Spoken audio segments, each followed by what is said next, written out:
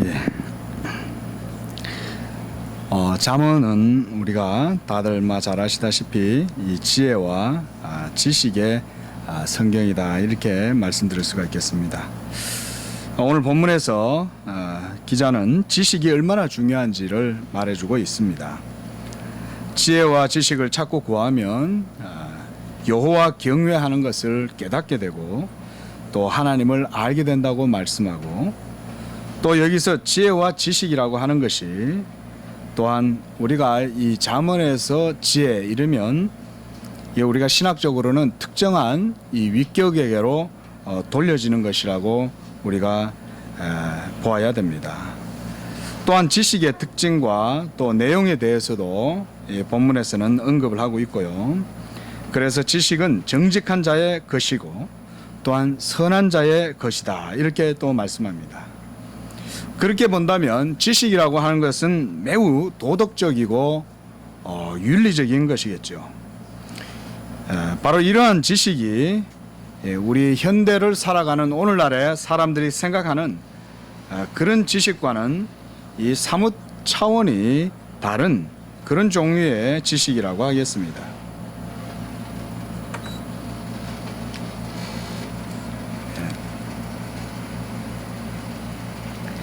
성경의 지식과 바로 이 기독교에서 말하는 지식은 이 세상의 현자들이 추구하였던 것과 다르고, 그리고 세상이 알 수도 없는 그런 종류의 지식입니다. 세상의 지식은 자신을 포장하고 그리고 높이는 지식이고 그리고 자랑하는 지식이며, 그러나 성경의 지식은 여호와를 경외하는 지식이다 이렇게 말씀을 드릴 수 있겠습니다.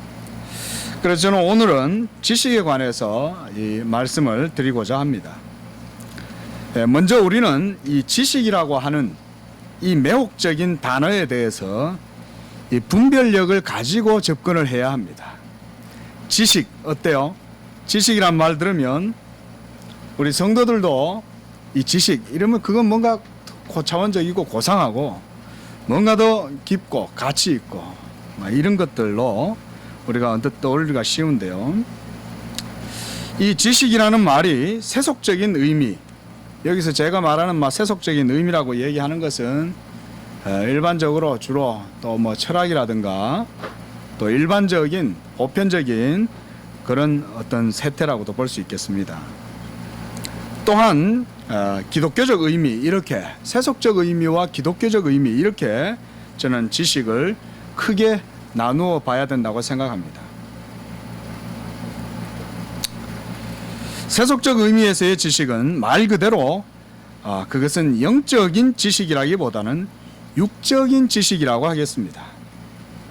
이러한 세속적인 그런 육적 지식도 크게는, 죄송합니다, 좀 철학적인 얘기들도 좀 하는 것 같아서 이걸 우리가 좀 세속적인 지식을 크게는 우리가 형이상학, 형이학 이런 식으로도 나누어 볼 수가 있겠습니다. 물론 오늘날에 와서는 이러한 저 보이지 아니하고 만질 수 없는 그런 영역에 속한 그런 형이상학들이나, 그리고 우리가 감각할 수 있고 경험할 수 있는 그런 형이학적인 것들, 이런 것들에 대한 구분이 옛날에는 좀 있었는데 오늘날의 조류에는 이런 것들조차도 없습니다. 과연 형이상학이라는 게 진짜 있느냐, 형이학이라는 게 있느냐, 이 둘을 나눌 수 있느냐, 이런 것들조차도 구분이 모호해지고, 그리고 그런 구분조차도 필요하지 않다 이렇게 보는 것이 오늘날의 분위기인 것 같습니다. 왜냐하면 형이상학이라고 하면 그것이 이성으로 접근하거나 이해하기 어려운 이런 초감각적인 이런 세계이기 때문입니다. 그리고 형이학이라고 하면 어떤 육체적인 그런 오감이나 감각으로 경험할 수 있는 이런 물질의 세계인데, 철학에서조차 이 두 차원에 대한 근본적인 이해조차도 불확실하고 모호한 것입니다. 그리고 그런 구분 자체가 있느냐 마느냐 하는 논의까지 있다가 이젠 더 이상 그런 것도 의미가 없게 된 상황에 처했습니다. 형이상학, 즉 어떤 정신적인 초월적인 실체라든가 눈을 보고 감각할 수 있는 어떤 만질 수 있는 현상이나 사물의 그런 세계에 이런 것들이 그 자체로 불명확하고 모호하다는 것입니다. 그러면 기독교 지식은 어떻겠습니까? 지식과 이 기독교 지식은 지식의 대상과 내용이 분명합니다. 굳이 세속적인 어떤 철학처럼 형이상학과 형이화학을 나누거나 그리고 그것을 뭐 구분해서 이해한다든지 또 그걸 구분하는 게 무슨 의미가 있다든지 아니면 그 구분을 깨뜨리는 것이 또 무슨 의미가 있다든지 이런 것 자체가 아무 의미가 없는 거예요. 기독교적 지식은 이 둘이 하나로 연결되려는 그런 이해 시도 그런 자체도 사실은 필요가 없는 것입니다. 왜냐하면 하나님께서 그리스도 안에서 이미 믿는 자들과 연합하시고 성령으로 하나가 되게 하셨기 때문입니다. 이것이 바로 그리스도의 성육신의 비밀이며 영광인 것입니다. 하나님께서 그리스도 안에 계시사 죄인을 용서하시고 그들과 화목하시며 만물을 새롭게 하시는 것, 이것이 바로 기독교 지식의 내용들이라고 할 수가 있겠습니다. 고린도후서 5장 19절 말씀을 보면 이는 하나님께서 그리스도 안에 계시사 세상을 자기와 화목하게 하시며 저희의 죄를 저희에게 돌리지 아니하시고 화목하게 하는 말씀을 우리에게 부탁하셨느니라. 또한 골로새서 2장 9절 10절에도 이렇게 말씀합니다.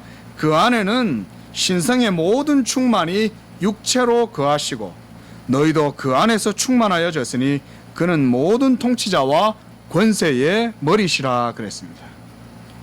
이렇게 여러분 기독교 신앙과 지식은 이미 무슨 초월적 세계는 이성으로는 알 수가 없고 오직 경험으로 알 수 있고 이런 얘기들 하지 않는다는 거예요. 그래서 제가 이 성경을 보다 보니까요, 사도 바울이 이런 철학에 대해서 뭐라고 얘기하냐면 이런 세상의 철학은 천한 초등학문이라고 그래요. 초등학문이라고 해요. 여러분 기독교의 지식은 이런 초월적인 어떤 지식이나 현상적인 그런 감각 세계에 대한 지식이나 이런 것에 대해서 전혀 분열이 없고 그 모두가 그리스도의 충만하심 안에서 이 자연스럽게 질서를 이루고 조화 가운데 하나로 이해되는 게 이게 바로 기독교 신앙의 지식이에요.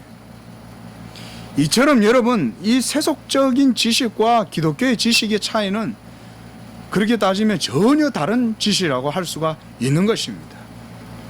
그러나 우리가 상식적으로 알다시피 세속적인 지식도 자기 체계가 있고 그런 논리가 다 있지만 기독교 지식도 체계가 있고 논리가 있고 다 있죠.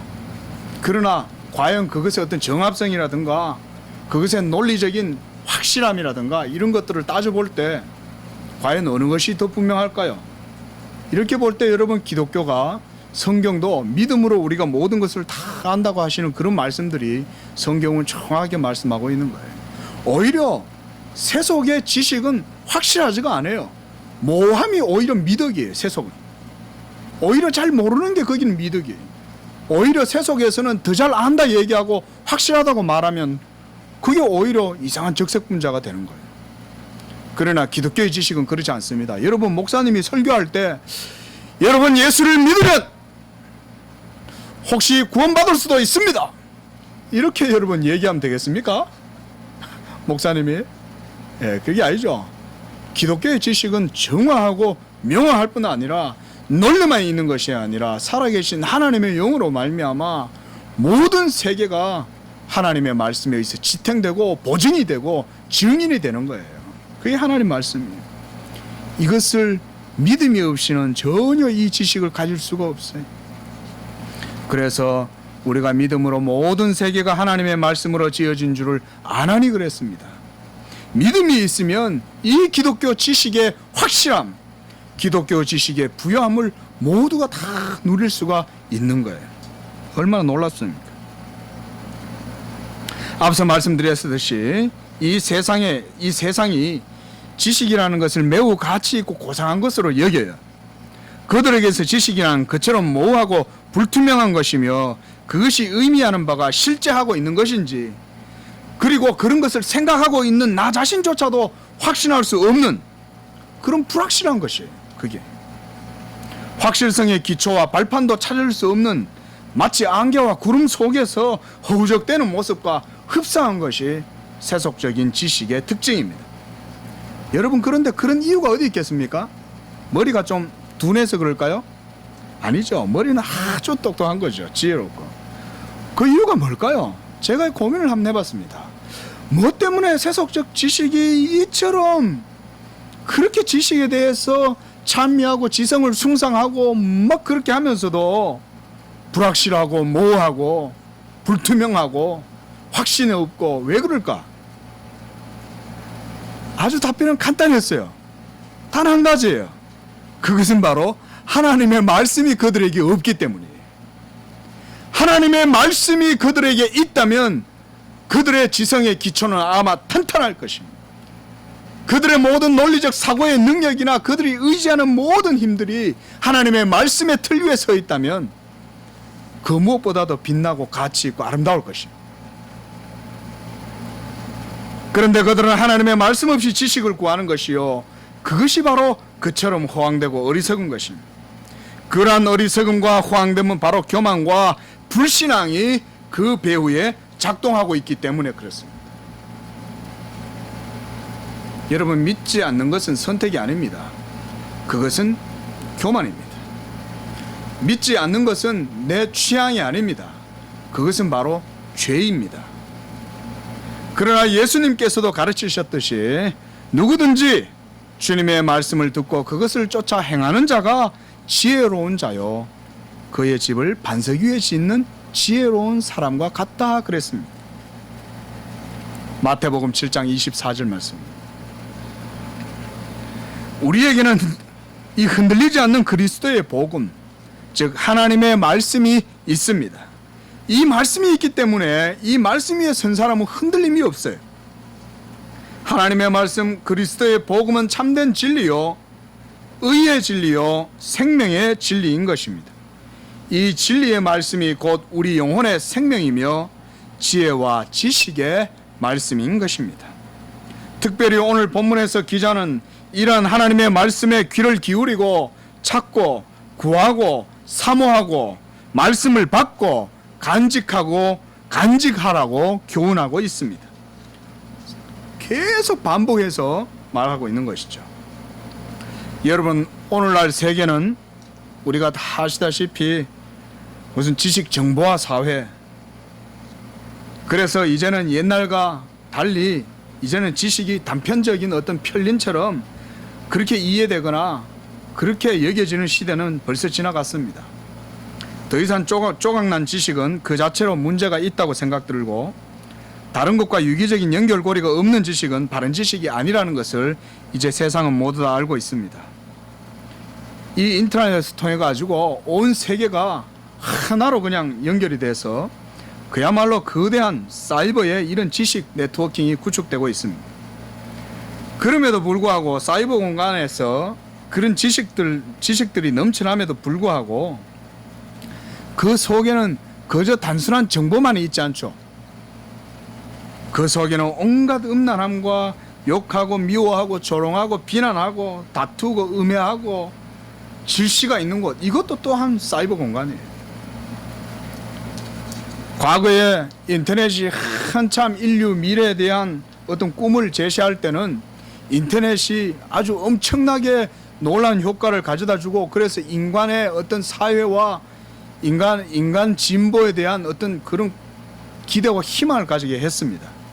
그런데 오늘날 어떻습니까? 더 이상 사람들은 인터넷을 인격적이라고 생각하지 않죠. 네이버 박사님이죠. 저희도요, 뭐 좀 궁금하면 네이버 갖다 묻습니다. 이거 어떻게 하면 되지?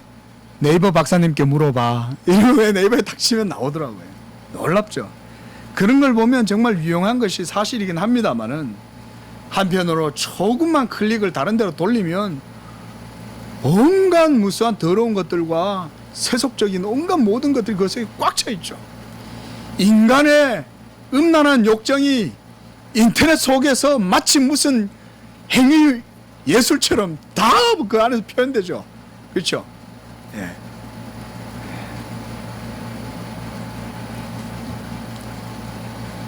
여러분, 그래서 인간들이 모든 지식을 한테 모으고 쌓이면 뭔가 뭔가 거기에서 대단한 것이 나올 것이라고 이렇게 신기루 같은 희망을 가져보았는데 어떻습니까? 뭐 몇 년도 지나지 않아서 사이버 세계도 인간이 가진 그 자체의 한계성을 조금도 이겨낼 수가 없었다는 사실을 볼 수 있는 것입니다. 여러분, 그 속에서 참된 지식이 있었다면 세상이 그런 저주스러운 비참한 형국에 빠지지 않았을 것입니다. 인터넷이 세상을 구원하고 사람들을 소통시키고 그렇게 했겠죠. 그런데 전혀 그런 것에 효과가 없어요. 인터넷은. 그 속에 있는 지식들도 사람을 변화시킬 수 없었고 사람들에게 힘과 생명을 가져다 줄 수도 없었고. 하지만 오늘 성경의 저자는 참된 지혜와 지식이 무엇인지 본문을 통해서 분명히 말해줍니다. 그것은 바로 하나님의 말씀입니다. 오늘 본문 말씀 한번 보십시오. 1절부터 5절까지 말씀 속에도 보면 하나님의 말씀에 대해서 다양하게 표현하고 있습니다. 나의 말, 나의 계명, 지혜, 명철, 지식, 보배, 은, 이런 말로 여러 가지 하나님의 말씀들을 수식하고 있는데, 여러분, 이런 모든 하나님 말씀에 대한 용어들, 이런 것들요, 우리가 그대로 신학적으로 하면 예수 그리스도와 동일하게 연결시키면 됩니다. 특별히 여러분, 잠언에서 나오는 지혜는 그리스도의 위격과 그대로 우리가 일치시키면 되겠습니다. 여러분들이 성경을 보실 때도 잠언서에서 지혜를 말하면 그 지혜를 통해서 여러분들이 예수 그리스도의 성부, 성자, 성령 하나님 제2위격이신 그리스도를 여러분들이 생각하시면 됩니다. 거기 보면 나의 말을 받으며 나의 계명을 내게 간직하며 라는 말씀은 동일한 의미예요. 또한 지혜와 명철과 지식은 모두가 동의어입니다. 이것들은 모두가 하나님의 말씀 그 자체를 의미하는 것입니다. 하나님의 말씀은 계명이라고도 하며 지혜와 지식이라고도 하며 참된 명철도 오직 하나님의 말씀에부터 얻게 되는 것입니다. 특별히 하나님에 대한 지식은 이 세상의 일반 은총의 영역에서 얻게 되는 지식과는 차원이 다른 지식이에요. 인간의 영혼과 생명에는 본질적인 지식이 바로 하나님의 말씀의 지식이다. 왜냐하면 이런 지식은 세상의 물질적인 것이나 육적 가치를 따르는 지식이 아니고 그야말로 가장 고상하고 선한 것이며 인간의 도덕적 가치보다 더욱 귀한 것입니다. 본문 5절 말씀을 보면 성경의 지혜와 지식이 세상의 것과 어떤 본질적인 차이가 있는지를 보여줍니다. 거기 자세히 5절을 한번 보세요. 5절 말씀을 보면 하나님의 말씀의 지혜와 지식과 계명과 명철을 찾고 구하면 여호와 경외하기를 깨닫게 된다는 거예요. 저는 성경을 묵상하다가 이 말씀이 너무나 많이 와닿았어요. 과거 하나님을 모르고 방탕하게 하나님을 떠나서 살았던 시절을 생각해 봤어요. 그때는 내 영혼 속에 온갖 모든 고뇌가 있었습니다. 저는 심지어 죽고 싶었습니다. 도대체 이 세상에서 내 스스로의 삶도 지탱할 수 없을 만큼 이 세상은 너무나도 힘겨운 세상이었어요. 무엇보다 그 가운데 하나는 뭐냐면 내 자신에 대한 물음이었어요. 나는 누구고, 나는 어디서 왔고, 나는 무엇을 해야 되고, 내가 지금 하고 있는 것은 무슨 의미가 있는가, 내가 앞으로 무엇을 하고 살아야 하는가, 도대체 그렇게 하는 것이 무슨 의미가 있는가. 여러분, 자기 자신에 대해서 정말로 치밀하게 생각해 보는 사람 치고 회의주의에 안 빠지는 사람은 진짜 생각 안 해본 사람이에요. 정말 자신을 분명히 생각해 보는 사람은 회의주의에 빠질 수밖에 없어요. 세상 자체가 그런 거예요, 원래. 빈 깡통 붙들고 쫄쫄쫄쫄 먹으면서 배부르다고 생각하는 사람은 빈 깡통을 아직도 안 마셔본 사람인 거죠. 그러나 하나님의 말씀이 그 사람의 영혼을 차지하면 여호와 경외하기를 깨닫게 된다는 거예요. 여러분, 보이지 아니하시는 영이신 그 하나님을 우리가 어떻게 믿고 섬겨요? 그리고 그분을 어떻게 안다고 말할 수 있습니까? 하나님은 보이지 않고 감각할 수도 없고 경험할 수도 없는데 그 어떤 것들도 하나님과 직접적으로 대면할 수 있는 아무런 접촉점도 우리에겐 없는데 어떻게 하나님을 아냐는 것입니다. 바로 여기에서 예수 그리스도의 말씀이 사람의 영혼에 임하고 그 사람의 영혼에 말씀이 거하면 여호와 경외하기를 알게 된다는 것입니다. 그리고 하나님을 알게 된다는 것입니다. 여러분, 이 세상에서 하나님을 알고자 추구하고 하나님을 안다고 말하는 온갖 모든 종교들이나 도사들이나 온갖 모든 사이비 교주들이나 그들이 진정으로 하나님을 알까요? 예수 그리스도의 복음을 모르면서 하나님을 안다고 말하는 그들 모두, 신을 만났다고 생각하는 그들 모두 헛된 것입니다. 참된 지식이 아니기 때문에 그렇습니다. 하나님을 안다고 할 때 그 알은 철학적 의미에서는 신을 안다거나 인지한다거나 하는 그런 의미와는 여러분 기독교 지식은 전혀 본질적으로 다른 거예요. 하나님을 아는 지식은 그야말로 최고 선이신 하나님, 그분 자신에게서 나오는 지식이요, 그 지식이야말로 인간에게는 가장 최고의 선이며 고상한 가치요, 영혼에는 빛이며 생명이 되고 자유케 하는 참 지식이 되는 것입니다. 이러한 지식은 인간의 영혼을 변화시킵니다. 이러한 지식은 인간에게 참 생명이 무엇인지를 깨닫게 합니다. 이러한 지식이야말로 인간의 영혼, 인간을 의롭게 하는 지식입니다. 우리 말씀 한번 찾아보겠습니다. 이사야서 53장 11절 말씀입니다. 이사야서 53장 11절 말씀, 우리 다 같이 말씀 찾으셨으면 읽어보도록 하겠습니다. 시작. 그가 자기 영혼에 수고한 것을 보고 강구하려 여기는 것이나 나의 의로운 종이 자기 지식으로 많은 사람을 어렵게 하며 또 그들의 죄악을 친히 담당하리로다. 아멘. 여러분, 이미 이사야 선지자는 예수 그리스도를 통해서 그리스도의 그 생명의 지식이 많은 사람을 의롭게 한다라고 예언하고 있어요. 여러분, 지식이 영혼을 의롭게 한다, 이 말은 전혀 철학적 의미와 다른 것입니다. 지식이 영혼을 의롭게 하고 사람을, 죄인을 의롭게 하는 것은 오로지 성부, 성자, 성령 하나님의 인격과 사역으로 말미암는 구속의 효력 외에는 없어요. 그러므로 그리스도의 지식이 사람을 의롭게 하는 것입니다. 하나님을 아는 지식은 구속의 지식이며 중보자 그리스도를 통해서 알게 되는 계시의 지식이기 때문입니다. 우리가 계시의 지식이라 할 때에도 중보자 그리스도를 매개로 하는 계시를 참된 기독교 지식으로 여러분 우리가 봅니다. 그러므로 예수 그리스도를 통하지 않고 하나님을 안다고 말하는 모든 것들은 다 거짓된 거예요. 그리고 그 예수 그리스도도 한 번 더 강조해야 돼요. 그 예수 그리스도도 성경에서 계시하는 예수 그리스도여야 됩니다. 오늘날은 또 신학자들이 이상하게 말을 꼬아놔가지고 예수 그리스도 계시 말은 하는데 성경과는 상관없는 또 계시를 또 주장해요. 그래서 우리 성도님들은 잘 알아야 됩니다. 하나님의 기록된 말씀인 이 성경이 바로 예수 그리스도를 계시하고 증거하는 하나님의 말씀인 것을 우리가 알아야 됩니다. 성경이 증거하지 않는 계시는 헛된 계시입니다. 성경이 증거하지 않는 예수 그리스도는 잘못된 그리스도예요. 아무리 예수란 말을 쓰고 무슨 성육신이란 말을 써도 성경을 하나님의 계시의 말씀으로 인정하지 않으면 여러분 모두가 다 사변입니다. 신학 같아도 자세히 들여다보면 사변이에요. 철학이에요. 하나님이 없습니다. 이처럼 귀하고 귀한 지식이 세상의 눈에는 가리워져서 인간의 교만한 지성과 마음의 힘으로는 의식할 수 없이 깊이 감추어져 있는 것이다. 오늘 본문 말씀도 그렇게 말씀하고 있는 거예요. 4절 말씀 보십시오. 은을 구하는 것 같이 그것을 구하며 감추어진 보배를 찾는 것 같이 그것을 찾으면 그랬습니다.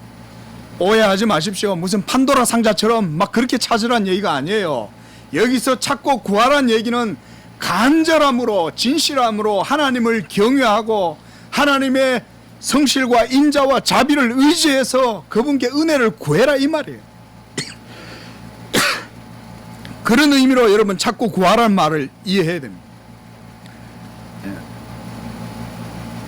그렇게 할 때 하나님께서는 겸손한 자들에게는 은혜를 주시는 거예요. 그러나 하나님의 선하심을 믿고 구하고 찾게 되면 구하면 얻게 될 것이요 찾으면 찾게 될 것입니다. 이것이 바로 성경이 지혜를 구하라고 하신 말씀이에요. 야고보서 1장 5절 말씀을 보면 너희 중에 누구든지 지혜가 부족하거든 모든 사람에게 후히 주시고 꾸짖지 아니하시는 하나님께 구하라 그리하면 주시리라. 여기서의 지혜란 이 세상을 살아갈 때 잘 살 수 있는 처세법이 아니에요. 여러분, 어둠 속에서 길을 걸어가야 하는데 빛이 없어서 방황하고 앞뒤를 분별을 못하고 분간 못할 때 위로부터 주시는 말씀의 빛, 말씀의 지혜를 의미하는 것입니다. 6절에서 8절 말씀을 보면 참된 지혜는 하나님을 경외하고 예배하는 것이라고 말씀합니다. 세상의 지식은 여러분, 지식이 쌓이면 쌓일수록 하나님을 예배하는 것이 아니라 도리어 자기 자신을 치장하고 자기를 높이고 결국은 자기 자신에게 그 모든 지식의 가치를 다 거기다 채워넣죠. 하나님을 더 떠나게 됩니다. 그리고 다른 사람을 섬기려고 하는 게 아니라 다른 사람을 도리어 지배하려고 합니다. 이것이 바로 세상 지식의 특징입니다. 지혜가 있다 하면서 자신을 높이는 것, 그것은 지혜를 주시는 하나님을 배반하고 자신을 숭배하고 높이는 것과 같은 것입니다. 그러므로 하나님만을 순전히 경배하고 그분을 의뢰하는 자는 참되고 순전한 지혜와 지식을 얻게 된다고 말씀하시는 겁니다. 그것이 바로 여러분 오늘 기자가 말하는 참된 지혜요 지식인 것입니다. 하나님을 바르게 섬기는 자를 판단하는 자들의 모든 판단은 굳고 허탄하며 더럽혀진 판단이에요. 여러분, 남을 판단할 때는 근거가 있어야 되지 않겠습니까? 그 근거가 바로 지식이죠. 그런데 그런 것으로 다른 사람을 도리어 판단할 때 특별히 하나님을 섬기는 자를 판단하는 거예요. 욥의 세 친구들의 판단이 바로 그런 판단들이었어요. 그러나 하나님을 진실한 마음으로 섬기고 두 마음을 품지 않고 마음에 간사함이 없는 자들은 시온의 대로가 그 마음에 있으며 그리고 사리를 분별할 수 있는 선한 지각이 있다.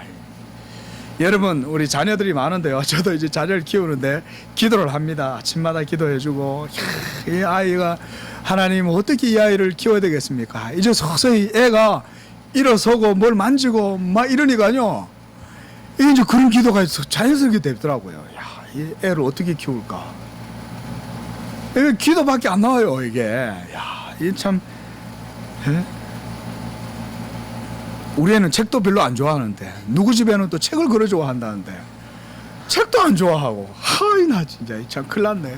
그 억지로 책을 갖다 놔봐도 물어 뜯기만 하고 큰일 났습니다. 자, 조금 시간이 갔는데요. 저 다 맞춰갑니다. 빌립보서 우리 한 절만 더 찾아보겠습니다. 빌립보서 1장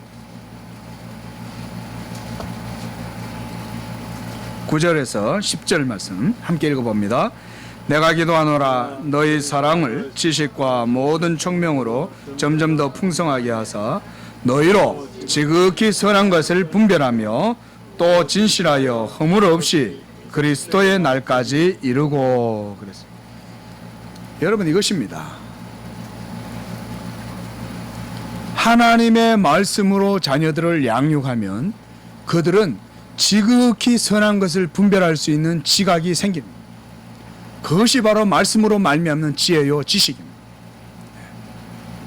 복음을 부끄럽게 여기는 사람은 여러분 이 세상의 지혜를 아름답게 여기고 귀하게 여기면 반드시 멸절합니다. 오래가지 못합니다. 그 사람의 숨이 멈추면 그 사람이 쌓은 인생의 모든 것들도 다 사라집니다. 그러나 의인은 영원히 거한다 그랬거든요. 하나님의 말씀에 기초를 놓고 그것을 반석을 삼는 사람의 삶은 영원합니다. 의인은 영원하며 해같이 빛난다 그랬어요. 어디에다 세우시겠어요, 여러분?